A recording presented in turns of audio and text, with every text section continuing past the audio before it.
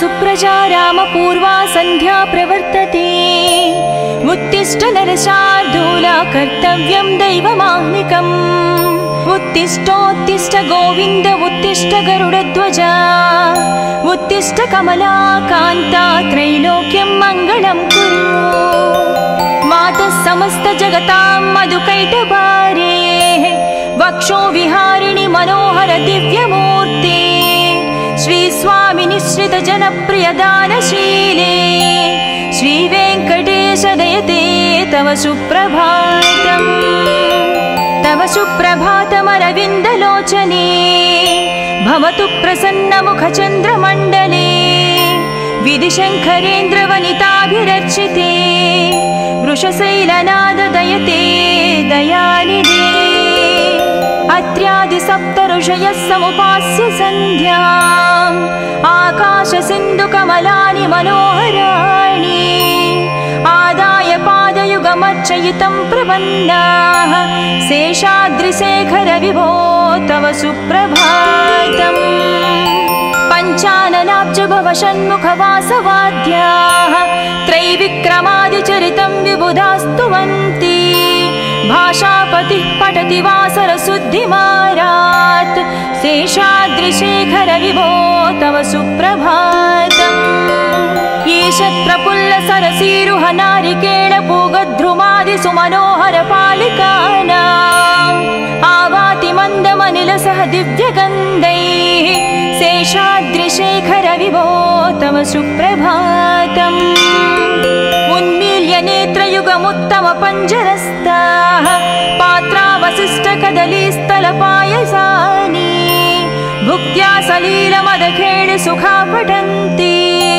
शेषाद्रिशेखर विभो तव सुप्रभातम् तन्त्री प्रकर्ष मधुरस्वनयादि पञ्चा गायत्यनन्तचरितं तव नारदोऽपि भाषा समग्रमसरत्कृत चारुरम्यम् शेषाद्रिशेखर विभो तव सुप्रभातम् भृङ्गावळी च मकरन्दरसानुविद्ध जङ्कारगीतनिनदैः सह सेवनाय निर्यात्युपान्त सरसी कमलोदरेभ्यः शेषाद्रिशेखर विभो तव सुप्रभातम् योषा गणेन वरदत्नि विमध्यमाने गोशालयेषु दधिमन्थन तीव्रघोषाः रोषात् कलिं विदधते ककुपञ्चकुम्भाः शेषाद्रिशेखर विभो तव सुप्रभातम् पद्मेशमित्रशतपत्रगतालिवर्गाः हर्तुं श्रियं कुवलयस्य निजाङ्गलक्ष्म्याः भेरीनिनादमनबिभ्रति तीव्रनादां शेषाद्रिशेखर विभो तव सुप्रभातम् श्रीमन्नभीष्टवरदाखिल लोकबन्धो श्री श्रीनिवास जगदेकदयैकसिन्धो श्रीदेवता गुहभुजान्तर दिव्यमूर्ते श्रीवेङ्कटाचलपते तव सुप्रभातम् श्रीमन्नभीष्टवरदाखिल लोकबन्धो श्री श्रीनिवास जगदेश दयैकसिन्धो श्रीदेवता गृहभुजान्तर दिव्यमूर्ते श्रीवेङ्कटाचलपते तव सुप्रभातम् श्री स्वामी पुष्करिणिकाप्लव निर्मलाङ्गाः श्रेयाधिनो हर विरिञ्चि सनन्दनाद्याः द्वारे वसन्ति वरनेत्र हतोत्तमाङ्गाः श्रीवेङ्कटाचलपते तव सुप्रभातम् श्रीशेषशैल गरुडाचल वेङ्कटाद्रि नारायणाद्रि वृषभाद्रि वृषाद्रि मुख्या आख्यां त्वदीय वसतिरनिशं वदन्ति श्रीवेङ्कटाचलपते तव सुप्रभातम् सेवापराः शिवसुरेश कृशानुधर्म रक्षो भुराद पवमानदनादिनाद बद्धाञ्जलि प्रविलसन्निध शीर्षदेश श्रीवेङ्कटाचलपते तव सुप्रभातम् दाटीषु ते विहगराज मृगाधिराज नागाधिराज गजराज हयाधिराज स्वस्वाधिकारमहमाधिकमर्दयन्ते वेङ्कटाचलपते तव सुप्रभातम्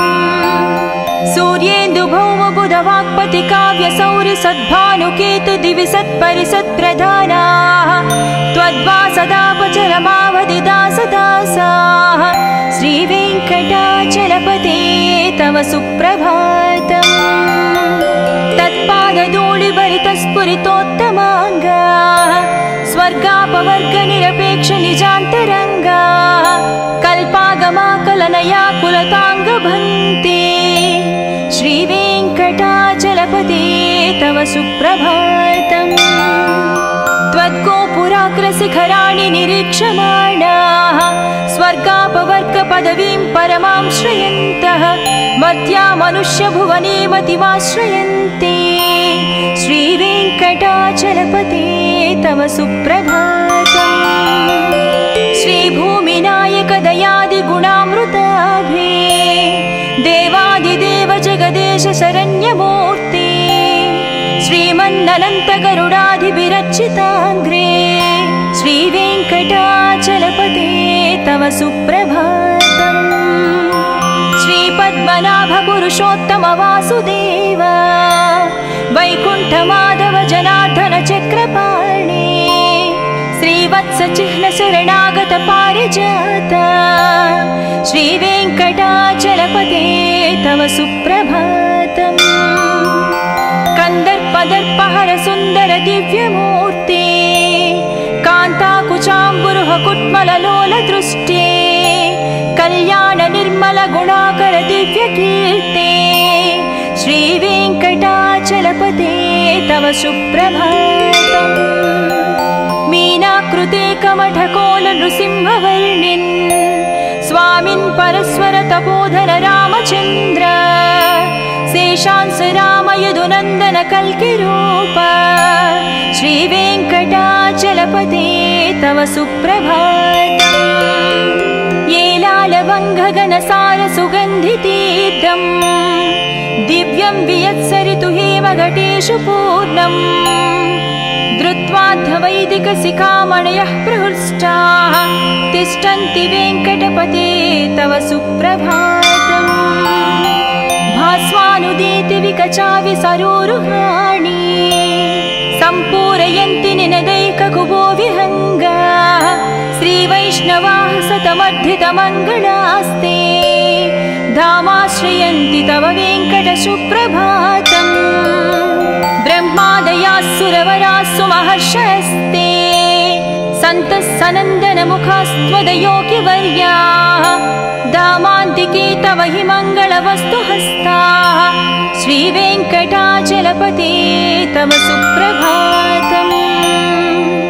लक्ष्मीनिवास निरवद्य गुणैकसिन्धो संसारसागर समुत्तरणैकसेतो वेदान्तवेद्य निज वैभव भक्तभोग्या श्रीवेङ्कटाचलपते तव सुप्रभातम् लक्ष्मीनिवास निरवद्य गुणैकसिन्धो संसारसागर समुत्तरणैकसेतो वेदान्तवेद्य निज वैभव भक्तभोग्या श्रीवेङ्कटाचलपते तव सुप्रभातम् इत्थं वृषाचलपतेरिह सुप्रभातम् ये मानवः प्रतिदिनं पठितुं प्रवृत्ताः तेषां प्रभातसमये स्मृतिरङ्गभाजां प्रज्ञां परार्धसुलभां परमां प्रसूते इत्थं वृषाचलपतेरिह सुप्रभातम् ये मानवः प्रतिदिनं पठितुं प्रवृत्ताः तेषां प्रभातसमये स्मृतिरङ्गभाजां प्रज्ञां परार्धसुलभां परमां प्रसूते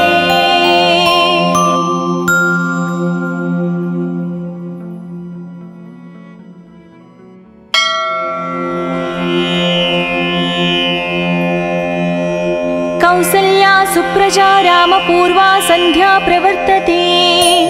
उत्तिष्ठ नरशार्दूला कर्तव्यं दैवमाह्निकम् उत्तिष्ठोत्तिष्ठ गोविन्द उत्तिष्ठ गरुडध्वजा उत्तिष्ठ कमला कान्ता त्रैलोक्यं मङ्गलं कुरु समस्त जगतां मधुकैटभारेः वक्षो विहारिणि मनोहर दिव्यमूर्ते श्री स्वामी निश्रित जनप्रिय दानशीले श्री वेंकटेश दयते तव सुप्रभातम् तव सुप्रभातमरविन्दलोचने भवतु प्रसन्नमुखचन्द्रमण्डले विधिशङ्करेन्द्रवनिताभिरर्चिते वृषशैलनाददयते दयानिधे अत्र्यादिसप्तऋषयः समुपास्य सन्ध्याम् आकाशसिन्धुकमलानि मनोहराणि आदाय पादयुगमर्चयितं प्रपन्नाः शेषाद्रिशेखर विभो तव सुप्रभातम् पञ्चाननाब्ज भवषण्मुखवासवाद्याः त्रैविक्रमादिचरितं विबुधास्तुवन्ति भाषापतिः पठति वासरशुद्धिमारात् शेषाद्रिशेखर विभो तव सुप्रभातम् ईशत्प्रफुल्लसरसीरुह नारिकेळपूगद्रुमादि सुमनोहर पालिकानाम् आवाति मन्दमनिलसह दिव्यगन्धैः शेषाद्रिशेखर विभो तव सुप्रभातम् उन्मील्य नेत्रयुगमुत्तम पञ्जरस्ताः पात्रावशिष्टकदलीस्थलपायसानि भुक्त्या सलीलमदखेळ सुखा पठन्ति शेषाद्रिशेखर विभो तव सुप्रभातम् तन्त्री प्रकर्ष मधुरस्वनयादि पञ्चा गायत्यनन्तचरितं तव नारदोऽपि भाषा समग्रमसरत्कृतचारुरम्यम् शेषाद्रिशेखर विभो तव सुप्रभातम् भृङ्गावळी च मकरन्दरसानुविद्धजङ्कारगीतनिनदैः सह सेवनाय निर्यात्युपान्तसरसी कमलोदरेभ्यः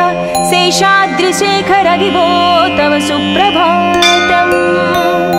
योषा गणेन वरदत्नि विमध्यमाने गोशालयेषु दधिमन्थन तीव्रघोषाः रोषात् कलिं विदधते ककुपञ्चकुम्भाः शेषाद्रिशेखर विभो तव सुप्रभातम् पद्मे समित्रशतपत्रगतालिवर्गाः हर्तुं श्रियं कुवलयस्य निजाङ्गलक्ष्म्याः भेरीनिनादमनबिभ्रति तीव्रनादाम् शेषाद्रिशेखर विभो तव सुप्रभातम् श्रीमन्नभीष्टवरदाखिल लोकबन्धो श्री श्रीनिवास जगदेकदयैकसिन्धो श्रीदेवता गुहभुजान्तर दिव्यमूर्ते श्रीवेङ्कटाचलपते तव सुप्रभातम् श्रीमन्नभीष्टवरदाखिल लोकबन्धो श्री श्रीनिवास जगदेश दयैकसिन्धो श्रीदेवता गृहभुजान्तर दिव्यमूर्ते श्रीवेङ्कटाचलपते तव सुप्रभातम् श्री स्वामी पुष्करिणिकाप्लव निर्मलाङ्गाः श्रेयाधिनो हर विरिञ्चि सनन्दनाद्याः द्वारे वसन्ति वरनेत्रहतोत्तमाङ्गाः श्रीवेङ्कटाचलपते तव सुप्रभातम् श्रीशेषशैलगरुडाचल वेङ्कटाद्रि नारायणाद्रि वृषभाद्रिवृषाद्रिमुख्या आख्यां त्वदीय वसतिरनिशं वदन्ति श्रीवेङ्कटाचलपते तव सुप्रभातम् सेवापराः शिवसुरेश कृशानुधर्म रक्षो भुराद पवमानदनादिनाद बद्धाञ्जलिप्रविलसन्निध शीर्षदेश श्रीवेङ्कटाचलपते तव सुप्रभातम् दाटीषु ते विहगराज मृगाधिराज नागाधिराज गजराज हयाधिराज स्वस्वाधिकारमहमाधिकमर्दयन्ते श्रीवेङ्कटाचलपते तव सुप्रभातम् सूर्येन्दुभौमबुधवाक्पति काव्यसौरि सद्भानुकेतु दिवि सत्परिसत्प्रधानाः त्वद्वासदापचरमावधिदासदासाः श्रीवेङ्कटाचलपते सुप्रभातम् तत्पादधूलिभरितस्फुरितोत्तमाङ्गा स्वर्गापवर्गनिरपेक्ष निजान्तरङ्गा कल्पागमाकलनया कुलताङ्गभन्ते श्रीवेङ्कटाचलपते तव सुप्रभातम् त्वद्गोपुराग्रशिखराणि निरीक्षमाणाः स्वर्गापवर्गपदवीं परमां श्रयन्तः मध्या मनुष्यभुवने मतिमाश्रयन्ते श्रीवेङ्कटाचलपते तव सुप्रभातम् श्रीभूमिनायक दयादिगुणामृताभे देवादिदेव जगदेश शरण्यमूर्ते श्रीमन्ननन्त गरुडाधिभिरर्चिताङ्घ्रे श्रीवेङ्कटाचलपते तव सुप्रभातम् श्रीपद्मनाभ पुरुषोत्तम वासुदेव वैकुण्ठमाधव जनार्दन चक्रपाणे श्रीवत्स चिह्न शरणागत पारिजात श्रीवेङ्कटाचलपते तव सुप्रभातम् कंदर्पदर्पहर सुंदर दिव्यमूर्ते कांताकुचाम्बुरुह कुट्मललोल दृष्टे कल्याण निर्मल गुणाकर दिव्यकीर्ते श्रीवेङ्कटाचलपते तव सुप्रभातम् मीनाकृते कमठकोल नृसिंहवर्णिन् स्वामिन् परस्वर तपोधर रामचन्द्र शेषांस राम यदुनन्दन कल्किरूप श्रीवेङ्कटाचलपते तव सुप्रभातम् येलालवङ्घगनसार सुगन्धितीर्थम् दिव्यं वियत्सरितु हेमघटेषु पूर्णम् धृत्वाद्धवैदिकशिखामणयः प्रहृष्टाः तिष्ठन्ति वेङ्कटपते तव सुप्रभातम् भास्वानुदीति विकचावि सरोरुहाणि सम्पूरयन्ति निनदैककुभो विहङ्गाः श्रीवैष्णवाः सतमर्धितमङ्गलास्ते धामाश्रयन्ति तव वेङ्कट सुप्रभातम् ब्रह्मादयास्सुरवरास्सु महर्षयस्ते सन्तः सनन्दनमुखास्त्वदयोगिवर्याः धामान्तिके तव हि मङ्गलवस्तुहस्ताः श्रीवेङ्कटाचलपते तव सुप्रभातम् लक्ष्मीनिवास निरवद्य गुणैकसिन्धो संसारसागर समुत्तरणैकसेतो वेदान्तवेद्य निज वैभव भक्तभोग्या श्रीवेङ्कटाचलपते तव सुप्रभातम् लक्ष्मीनिवास निरवद्य गुणैकसिन्धो संसारसागर समुत्तरणैकसेतो वेदान्तवेद्य निज वैभव भक्तभोग्या श्रीवेङ्कटाचलपते तव सुप्रभातम् इत्थं वृषाचलपतेरिह सुप्रभातम् ये मानवः प्रतिदिनं पठितुं प्रवृत्ताः तेषां प्रभातसमये स्मृतिरङ्गभाजां प्रज्ञां परार्धसुलभां परमां प्रसूते इत्थं वृषाचलपतेरिह सुप्रभातम् ये मानवः प्रतिदिनं पठितुं प्रवृत्ताः तेषां प्रभातसमये स्मृतिरङ्गभाजां प्रज्ञां परार्धसुलभां परमां प्रसूते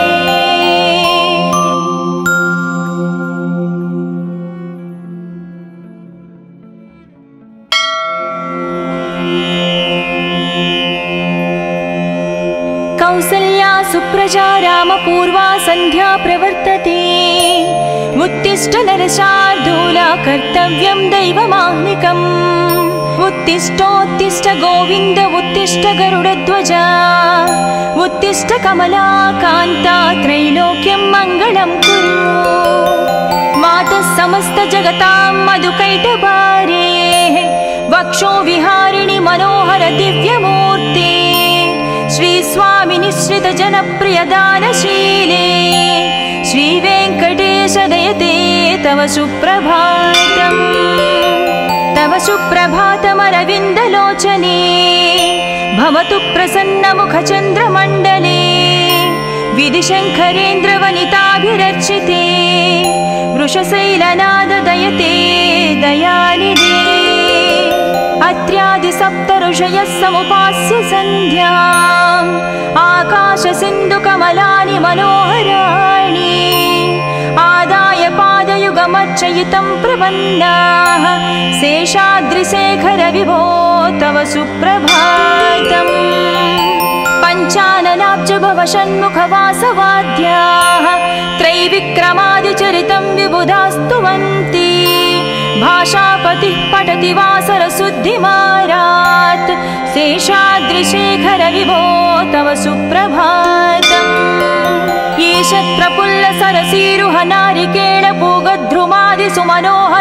ईशत्प्रफुल्लसरसीरुहनारिकेळपूगध्रुमादिसुमनोहरपालिकानाम्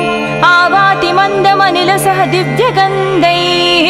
शेषाद्रिशेखरविभो तव सुप्रभातम् उन्मील्य नेत्रयुगमुत्तमपञ्जरस्ताः पात्रावशिष्टकदलीस्थलपायसानि भुक्त्या सलीलमदखेळ सुखा पठन्ति शेषाद्रिशेखरविभो तव सुप्रभातम् तन्त्री प्रकर्षमधुरस्वनयादिपञ्चा गायत्यनन्तचरितं तव नारदोऽपि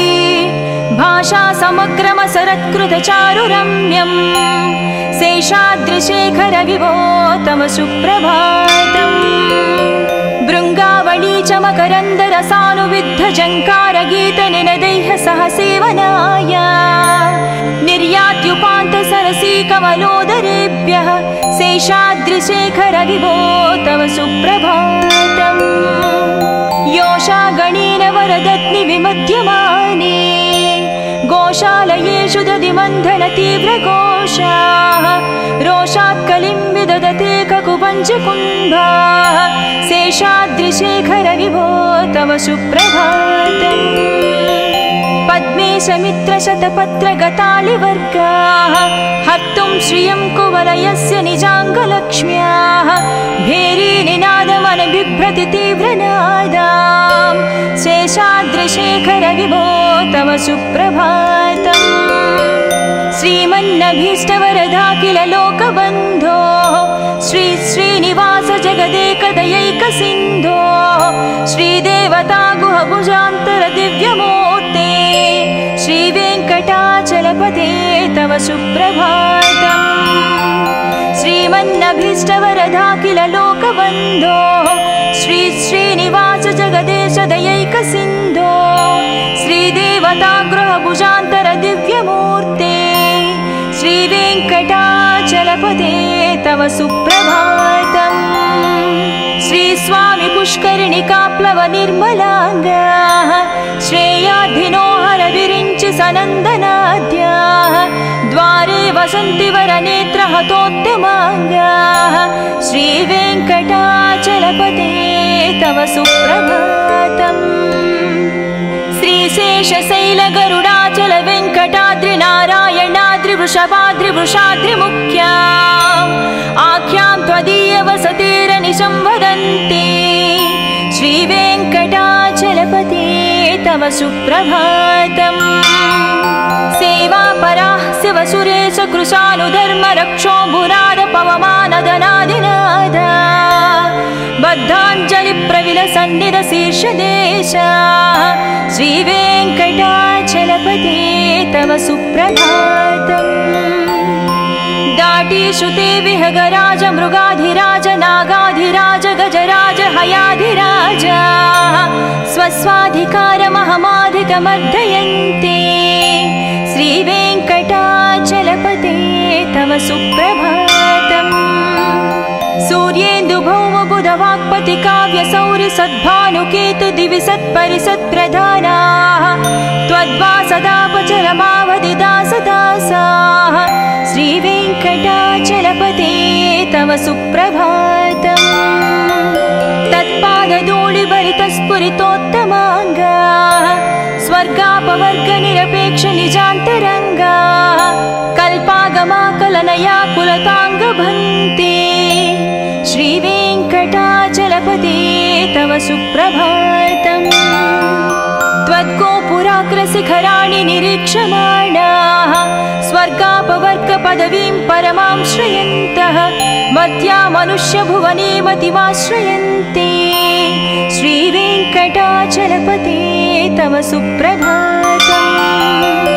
श्रीभूमिनायक दयादिगुणामृताभे देवादिदेव जगदेश शरण्यमूर्ते श्रीमन्ननन्तगरुडाधिविरचिताङ्ग्रे श्रीवेङ्कटाचलपते तव सुप्रभातम् श्रीपद्मनाभ पुरुषोत्तम वासुदेव वैकुण्ठमाधव जनार्दन चक्रपाणे श्रीवत्सचिह्न शरणागत पारिजात श्रीवेङ्कटाचलपते तव सुप्रभातम् कंदर्पदर्पहर सुंदर दिव्यमूर्ते कान्ताकुचाम्बुरुह कुट्मललोल दृष्टे कल्याण निर्मल गुणाकर दिव्यकीर्ते श्रीवेङ्कटाचलपते तव सुप्रभातम् मीनाकृते कमठकोल नृसिंहवर्णिन् स्वामिन् परस्वर तपोधन रामचन्द्र शेषांस राम यदुनन्दन कल्किरूप श्रीवेङ्कटाचलपते तव सुप्रभातम् येलालवङ्घगनसार सुगन्धितीर्थम् दिव्यं वियत्सरितु हेमघटेषु पूर्णम् धृत्वाद्धवैदिकशिखामणयः प्रहृष्टाः तिष्ठन्ति वेङ्कटपते तव सुप्रभातम् भास्वानुदीति विकचाविसरोरुहाणि सम्पूरयन्ति निनदैककुबो विहङ्गाः श्रीवैष्णवाः सतमर्धितमङ्गलास्ते धामाश्रयन्ति तव वेङ्कटसुप्रभातम् ब्रह्मादयाः सुरवरास्सु महर्षयस्ते सन्तः सनन्दनमुखास्त्वदयोगिवर्याः धामान्तिके तव हि मङ्गलवस्तुहस्ताः श्रीवेङ्कटाचलपते तव सुप्रभातम् लक्ष्मीनिवास निरवध्य गुणैकसिन्धो संसारसागर समुत्तरणैकसेतो वेदान्तवेद्य निज वैभव भक्तभोग्या श्रीवेङ्कटाचलपते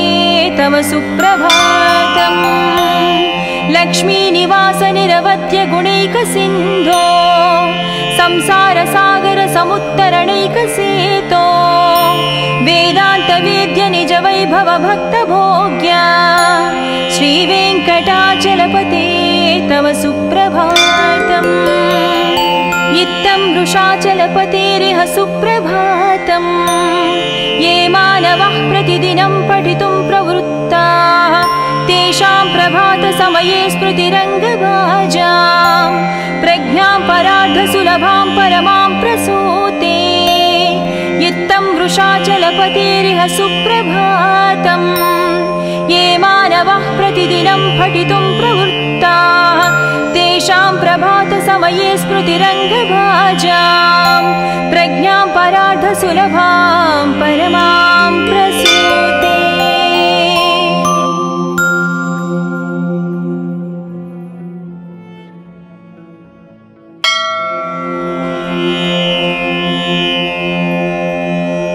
कौसल्या सुप्रजा रामपूर्वा सन्ध्या प्रवर्तते उत्तिष्ठ नरशार्दूला कर्तव्यं दैवमाह्निकम् उत्तिष्ठोत्तिष्ठ गोविन्द उत्तिष्ठ गरुडध्वजा उत्तिष्ठ कमलाकान्ता त्रैलोक्यं मङ्गलं कुरु मातः समस्त जगतां मधुकैटभारे वक्षो विहारिणि मनोहर दिव्यमूर्ते श्री स्वामी निश्रित जनप्रिय दानशीले श्री वेङ्कटेश दयते तव सुप्रभातम् तव सुप्रभातमरविन्दलोचने भवतु प्रसन्नमुखचन्द्रमण्डले विधिशङ्करेन्द्रवनिताभिरर्चिते वृषशैलनाद दयते दयानिधे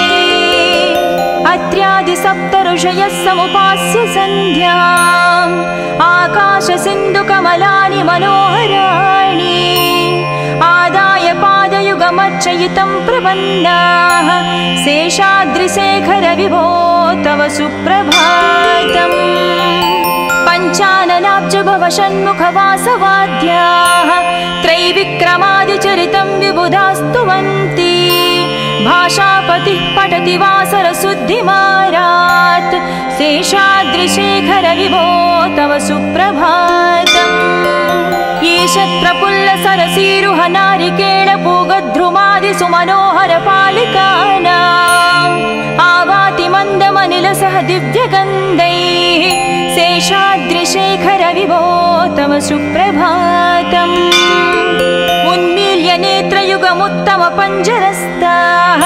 पात्रावशिष्टकदलीस्थलपायसानि भुक्त्या सलीलमदखेळि सुखा पठन्ति शेषाद्रिशेखर विभो तव सुप्रभातम् तन्त्री प्रकर्ष मधुरस्वनयादिपञ्चा गायत्यनन्तचरितं तव नारदोऽपि भाषा समग्रमसरत्कृतचारुरम्यम् शेषाद्रिशेखर विभो तव सुप्रभातम् भृङ्गावळी च मकरन्दरसानुविद्धझङ्कारगीतनिनदैः सह सेवनाय निर्यात्युपान्तसरसी कमलोदरेभ्यः शेषाद्रिशेखर विभो तव सुप्रभातम् योषागणेन वरदत्नि विमध्यमाने गोशालयेषु दधिमन्थनतीव्रघोषाः रोषात् कलिं विदधते ककुपञ्चकुम्भाः शेषाद्रिशेखर विभो तव सुप्रभातम् पद्मेशमित्रशतपत्रगतालिवर्गाः हर्तुं श्रियं कुवलयस्य निजाङ्गलक्ष्म्याः भेरीनिनादमनबिभ्रति तीव्रनादाम् शेषाद्रिशेखर विभो तव सुप्रभातम् श्रीमन्नभीष्टवरदाखिल लोकबन्धो श्री श्रीनिवास जगदेकदयैकसिन्धो श्रीदेवता गुहभुजान्तर दिव्यमूर्ते श्रीवेङ्कटाचलपते तव सुप्रभातम् श्रीमन्नभीष्टवरदाखिल लोकबन्धो श्री श्रीनिवास जगदेश दयैकसिन्धो श्रीदेवता गृहभुजान्तर दिव्यमूर्ते श्रीवेङ्कटाचलपते तव सुप्रभातम् श्रीस्वामि पुष्करिणिकाप्लव निर्मलाङ्गाः श्रेयाधिनो हरविरिञ्चि सनन्दनाद्याः द्वारे वसन्ति वरनेत्रहतोत्तमाङ्गाः श्रीवेङ्कटाचलपते तव सुप्रभातम् श्रीशेषशैलगरुडाचल वेङ्कटाद्रिनारायणाद्रिवृषभाद्रिवृषाद्रिमुख्या आख्यां त्वदीयवसतिरनिशं वदन्ति श्रीवेङ्कटाचलपते तव सुप्रभातम् सेवापराः शिवसुरेश कृशानुधर्मरक्षोऽम्बुनाद पवमानदनादिनादा बद्धाञ्जलिप्रविलसन्निधशीर्षदेशा श्रीवेङ्कटाचलपते तव सुप्रभातम् दाटीश्रुते विहगराज मृगाधिराज नागाधिराज गजराज हयाधिराज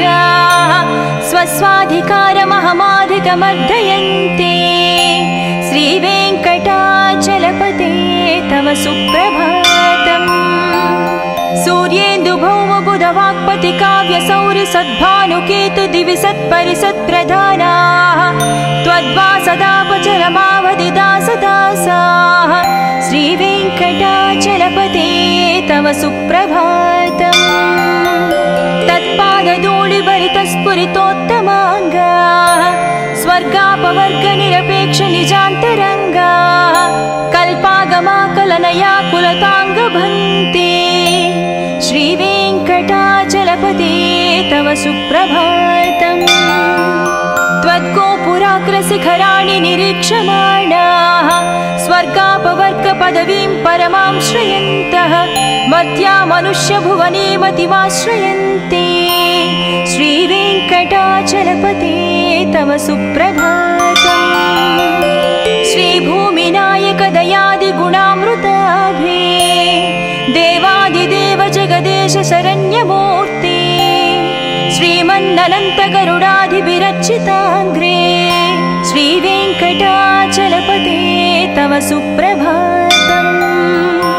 श्रीपद्मनाभ पुरुषोत्तम वासुदेव वैकुण्ठ माधव जनार्दन चक्रपाणे श्रीवत्स चिह्न शरणागत पारिजात श्रीवेङ्कटाचलपते तव सुप्रभातम् कन्दर्पदर्पहर सुन्दर दिव्यमूर्ते कान्ताकुचाम्बुरुह कुट्मललोल दृष्टे कल्याण निर्मल गुणाकर दिव्यकीर्ते श्रीवेङ्कटाचलपते तव सुप्रभातम् मीनाकृते कमठकोल नृसिंहवर्णिन् स्वामिन् परस्वर तपोधन रामचन्द्र शेषांस राम यदुनन्दन कल्किरूप श्रीवेङ्कटाचलपते तव सुप्रभातम् येलालवङ्घगणसार सुगन्धितीर्थम् दिव्यं वियत्सरितु हेमघटेषु पूर्णम्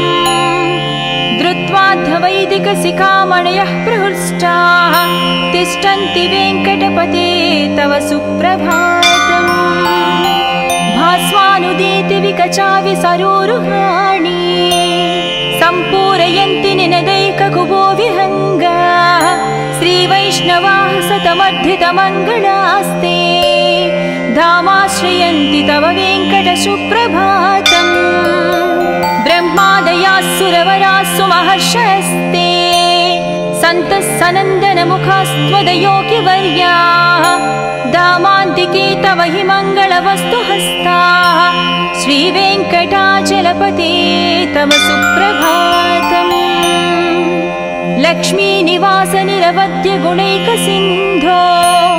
संसारसागर समुत्तरणैकसेतो वेदान्तवेद्य निज वैभव भक्तभोग्या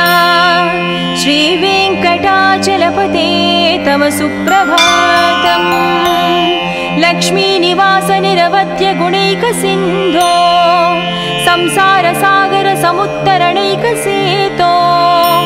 वेदान्तवेद्य निज वैभव भक्तभोग्या श्रीवेङ्कटाचलपते तव सुप्रभातम् इत्थं वृषाचलपतेरिह सुप्रभातम् ये मानवः प्रतिदिनं पठितुं प्रवृत्ताः तेषां प्रभातसमये स्मृतिरङ्गभाजां प्रज्ञां परार्धसुलभां परमां प्रसूते इत्थं वृषाचलपतेरिह सुप्रभातम्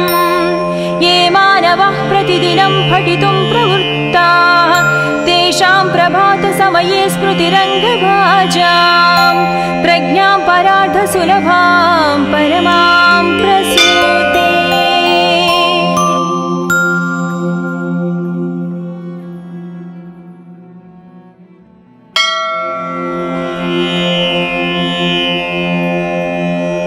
कौसल्या सुप्रजा रामपूर्वा सन्ध्या प्रवर्तते उत्तिष्ठ नरशार्दूला कर्तव्यं दैवमाह्निकम् उत्तिष्ठोत्तिष्ठ गोविन्द उत्तिष्ठ गरुडध्वजा उत्तिष्ठ कमला कान्ता त्रैलोक्यं मङ्गलं कुरु मातः समस्त जगतां मधुकैटभारे वक्षो विहारिणि मनोहर दिव्यमूर्ते श्री स्वामी निश्रित जनप्रिय दानशीले श्रीवेङ्कटेश दयते तव सुप्रभातम् तव सुप्रभातमरविन्दलोचने भवतु प्रसन्नमुखचन्द्रमण्डले विधिशङ्करेन्द्रवनिताभिरर्चिते वृषशैलनाद दयते दयानिधे अत्र्यादिसप्तऋषयः समुपास्य सन्ध्याम् आकाशसिन्धुकमलानि मनोहराणि आदाय पादयुगमध्य अर्चयितं प्रपन्नाः शेषाद्रिशेखर विभो तव सुप्रभातम् पञ्चाननाब्ज भव षण्मुखवासवाद्याः त्रैविक्रमादिचरितं विबुधास्तुवन्ति भाषापतिः पठति वासरशुद्धिमारात् शेषाद्रिशेखर विभो तव सुप्रभातम् ईषत् प्रफुल्ल सरसीरुह नारिकेळ पूगद्रुमादि सुमनोहर पालिकानाम् आवाति मन्दमनिलसह दिव्यगन्धैः शेषाद्रिशेखर विभो तव सुप्रभातम् उन्मील्य नेत्रयुगमुत्तम पञ्जरस्ताः पात्रावशिष्टकदलीस्थलपायसानि भुक्त्या सलीलमदखेळि सुखा पठन्ति शेषाद्रिशेखर विभो तव सुप्रभातम् तन्त्री प्रकर्ष मधुरस्वनयादि पञ्चा गायत्यनन्तचरितं तव नारदोऽपि भाषा समग्रमसरत्कृतचारुरम्यम् शेषाद्रिशेखर विभो तव सुप्रभातम् भृङ्गावळी च मकरन्दरसानुविद्ध जङ्कारगीतनिनदैः सह सेवनाय निर्यात्युपान्तसरसी कमलोदरेभ्यः शेषाद्रिशेखर विभो तव सुप्रभातम् योषा गणेन वरदत्नि विमध्यमाने गोशालयेषु दधिमन्थन तीव्रघोषाः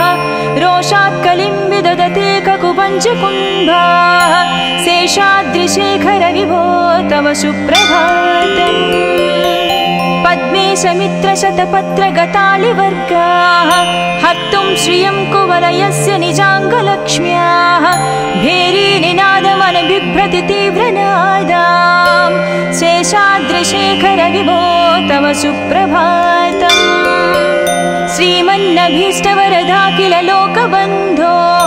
श्री श्रीनिवास जगदेकदयैकसिन्धो श्रीदेवता गुहभुजान्तर दिव्यमूर्ते श्रीवेङ्कटाचलपते तव सुप्रभातम् श्रीमन्नभीष्टवरदाखिल लोकबन्धो श्री श्रीनिवास जगदेश दयैकसिन्धो श्रीदेवता गृहभुजान्तर दिव्यमूर्ते श्रीवेङ्कटाचलपते तव सुप्रभातम् श्रीस्वामि पुष्करिणिकाप्लव निर्मलाङ्गाः श्रेयाद्धिनोहर विरिञ्चि सनन्दनाद्याः द्वारे वसन्ति वरनेत्रहतोत्तमाङ्गाः श्रीवेङ्कटाचलपते तव सुप्रभातम् श्रीशेषशैलगरुडाचल वेङ्कटाद्रि नारायणाद्रि वृषाद्रिमुख्या आख्यां त्वदीयवसतेरनिशं वदन्ति श्रीवेङ्कटाचलपते तव सुप्रभातम् सेवापराः शिवसुरेश कृशानुधर्म रक्षोऽम्बुनाद पवमानदनादिनादा बद्धाञ्जलिप्रविलसन्निधशीर्षदेशा श्रीवेङ्कटाचलपते तव सुप्रभातम् दाटीश्रुते विहगराज मृगाधिराज नागाधिराज गजराज हयाधिराज स्वस्वाधिकारमहमाधिकमर्दयन्ते श्रीवेङ्कटाचलपते तव सुप्रभातम् सूर्येन्दुभौमबुधवाक्पति काव्यसौरि सद्भानुकेतु दिवि सत्परिसत्प्रधानाः त्वद्वासदापचरमावधिदासदासाः श्रीवेङ्कटाचलपते तव सुप्रभातम् तत्पादधूलिभरितस्फुरितोत्तमाङ्गाः स्वर्गापवर्गनिरपेक्ष निजान्तरङ्गाः कल्पागमाकलनया कुलताङ्गभन्ते श्रीवेङ्कटाचलपते तव सुप्रभातम् त्वद्गोपुराग्रशिखराणि निरीक्षमाणाः स्वर्गापवर्गपदवीं परमां श्रयन्तः मर्त्या मनुष्यभुवने मतिमाश्रयन्ते श्रीवेङ्कटाचलपते तव सुप्रभातम् श्रीभूमिनायक दयादिगुणामृताभे देवादिदेव जगदेश शरण्यमूर्ति श्रीमन्ननन्त गरुडाधिविरचिताग्रे श्रीवेङ्कटाचलपते तव सुप्रभातम्। श्रीपद्मनाभ पुरुषोत्तम वासुदेव वैकुण्ठमाधव जनार्दन चक्रपाणि श्रीवत्स चिह्न शरणागत पारिजात श्रीवेङ्कटाचलपते तव सुप्रभातम्। कंदर्पदर्पहर सुन्दर दिव्यमूर्ति कान्ताकुचाम्बुरुह कुट्मललोल दृष्टे कल्याण निर्मल गुणाकर दिव्यकीर्ते श्रीवेङ्कटाचलपते तव सुप्रभातम्।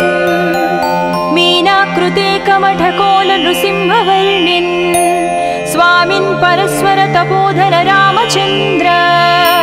शेषांस राम यदुनन्दन कल्किरूप श्रीवेङ्कटाचलपते तव सुप्रभातम्।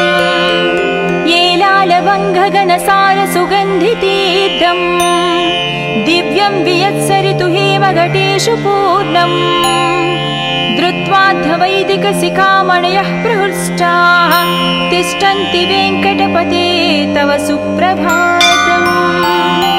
भास्वानुदीति विकचावि सरोरुहाणि सम्पूरयन्ति निनदैककुबो विहङ्गाः श्रीवैष्णवाः सतमर्धितमङ्गलास्ते धामाश्रयन्ति तव वेङ्कट सुप्रभातम्। ब्रह्मादयास्सुरवरास्सु महर्षयस्ते सन्तः सनन्दनमुखास्त्वदयोगिवर्याः दामान्तिके तव हि मङ्गलवस्तु हस्ताः श्रीवेङ्कटाचलपते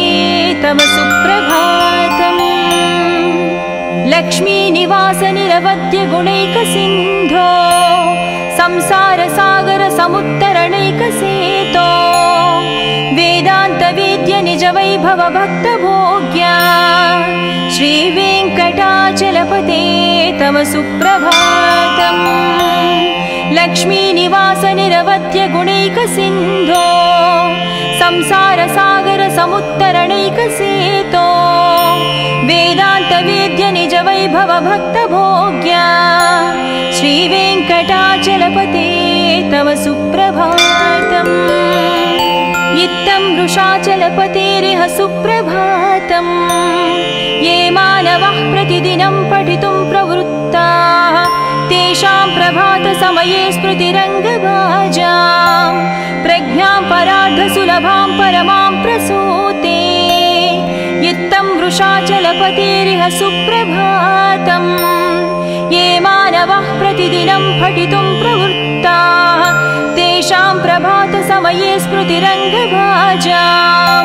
प्रज्ञां परार्धसुलभां परमां प्रसूते।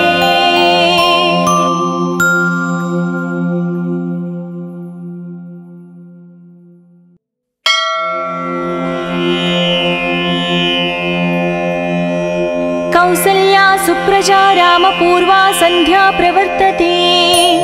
उत्तिष्ठ नरशार्दूला कर्तव्यं दैवमाह्निकम्। उत्तिष्ठोत्तिष्ठ गोविन्द उत्तिष्ठ गरुडध्वजा उत्तिष्ठ कमला कान्ता त्रैलोक्यं मङ्गलं कुरु। मातः समस्त जगतां मधुकैटभारे वक्षो विहारिणि मनोहर दिव्यमूर्ते श्रीस्वामि निश्रित जनप्रिय दानशीले श्रीवेङ्कटेश दयते तव सुप्रभातम्। तव सुप्रभातमरविन्दलोचने भवतु प्रसन्नमुखचन्द्रमण्डले विधिशङ्करेन्द्रवनिताभिरर्चिते वृषशैलनाद दयते दयानिधे। अत्र्यादिसप्त ऋषयः समुपास्य सन्ध्याम् आकाशसिन्धुकमलानि मनोहराणि आदाय पादयुगमर्चयितं प्रपन्नाः शेषाद्रिशेखर विभो तव सुप्रभातम्। पञ्चाननाब्जभव षण्मुखवासवाद्याः त्रैविक्रमादिचरितं विबुधास्तुवन्ति भाषापतिः पठति वासरशुद्धिमारात् शेषाद्रिशेखर विभो तव सुप्रभातम् ईषत् प्रफुल्ल सरसीरुह नारिकेळ पूगद्रुमादि सुमनोहर पालिकानाम् आवाति मन्दमनिलसह दिव्यगन्धैः शेषाद्रिशेखर विभो तव सुप्रभातम् उन्मील्य नेत्रयुगमुत्तम पञ्जरस्ताः पात्रावशिष्टकदलीस्थलपायसानि भुक्त्या सलीलमदखेळ सुखा पठन्ति शेषाद्रिशेखर विभो तव सुप्रभातम् तन्त्री प्रकर्ष मधुरस्वनयादि पञ्चा गायत्यनन्तचरितं तव नारदोऽपि भाषा समग्रमसरत्कृतचारुरम्यम् शेषाद्रिशेखर विभो तव सुप्रभातम् भृङ्गावळी च मकरन्दरसानुविद्ध जङ्कारगीतनिनदैः सह सेवनाय निर्यात्युपान्त सरसी कमलोदरेभ्यः शेषाद्रिशेखर विभो तव सुप्रभातम् योषा गणेन वरदत्नि विमध्यमाने गोशालयेषु दधिमन्थन तीव्रघोषाः रोषात् कलिं विदधते ककुपञ्चकुम्भाः शेषाद्रिशेखर विभो तव सुप्रभातम् पद्मे समित्रशतपत्रगतालिवर्गाः हर्तुं श्रियं कुवलयस्य निजाङ्गलक्ष्म्याः भेरीनिनादमनबिभ्रति तीव्रनादां शेषाद्रिशेखर विभो तव सुप्रभातम् श्रीमन्नभीष्टवरदाखिल लोकबन्धो श्री श्रीनिवास जगदेकदयैकसिन्धो श्रीदेवता गुहभुजान्तर दिव्यमूर्ते श्रीवेङ्कटाचलपते तव सुप्रभातम् श्रीमन्नभीष्टवरदाखिल लोकबन्धो श्री श्रीनिवास जगदेश दयैकसिन्धो श्रीदेवता गृहभुजान्तर दिव्यमूर्ते श्रीवेङ्कटाचलपते तव सुप्रभातम् श्रीस्वामि पुष्करिणिकाप्लव निर्मलाङ्गाः श्रेयाधिनो हर विरिञ्चि सनन्दनाद्याः द्वारे वसन्ति वरनेत्रहतोत्तमाङ्गाः श्रीवेङ्कटाचलपते